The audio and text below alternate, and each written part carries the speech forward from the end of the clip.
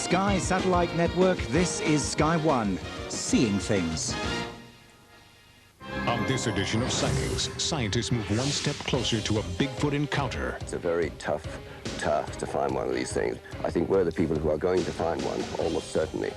A paralyzed boy prays for death. It was definitely like I was possessed. A supernatural light guides him home. I came back and I was a different man.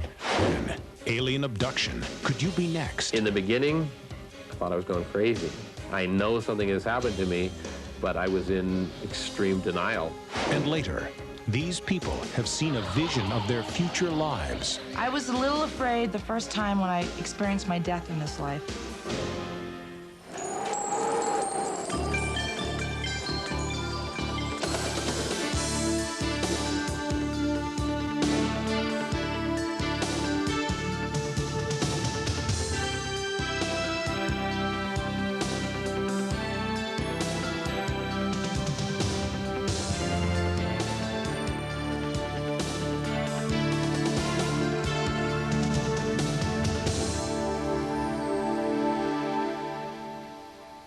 Welcome to Sightings. I'm Tim White.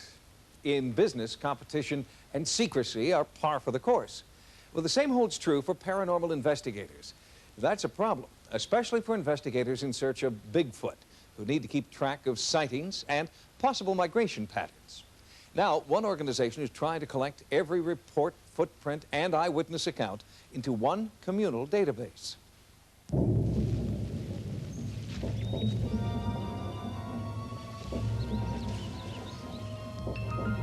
It's called the Bigfoot Research Project, headquartered here in the heart of Bigfoot country, the Cascade Mountains of the Pacific Northwest. For the first time, Sasquatch is online, and every possible sighting, noise, footprint, hair sample, and anecdote is being checked out, cross-referenced, and rechecked. Already, the computer analysis is paying off. This color film was shot by Roger Patterson in 1967. It has never been proven to be a hoax.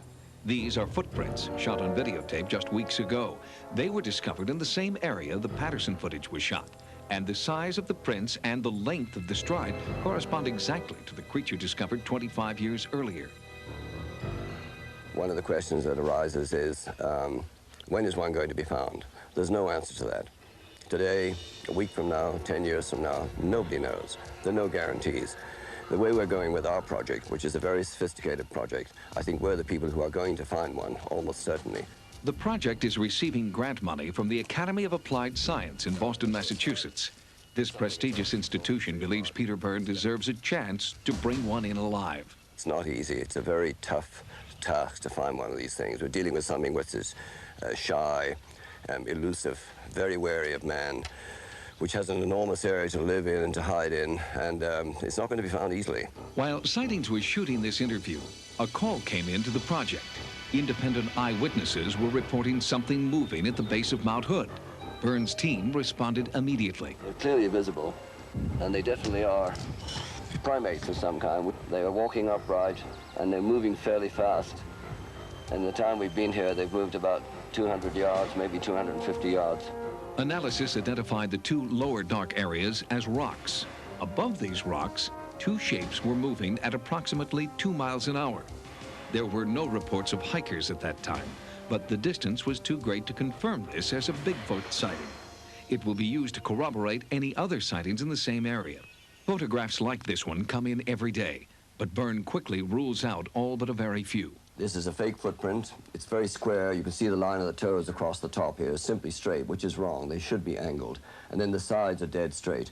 And it's recognizable as a fake footprint, probably made with a wooden mold of some kind. This is an important videotape the Bigfoot Research Project is concentrating on right now. It's from Northern California, and it's from late last year. And the photographers say that in here, in the center of the picture there, just there. The dark area? The dark area. You can see something, and you can see something moving. Independent Bigfoot researchers Scott Harriott and Daryl Owen captured these images in Northern California. It was their first face-to-face encounter with an elusive creature they've been tracking for 10 years. I can see him pointing at something. After about 29 seconds, he then lowered the camera, looked at me, and started crying. I mean, he literally had a little minor break, started crying, and said, let's get out of here. I was very scared at that point as well. We went down the hill. I'm crying at this moment, so excuse my voice. It's right here. You can see it. Okay. The footage is being analyzed at Wonder Film Design. Here, advanced computer enhancement technology allows researchers to take a closer look. Right here would be the head and the arm down this way. And let me rock back and forth here. And as you can see, that it's something right there is moving while everything else in the picture stays static.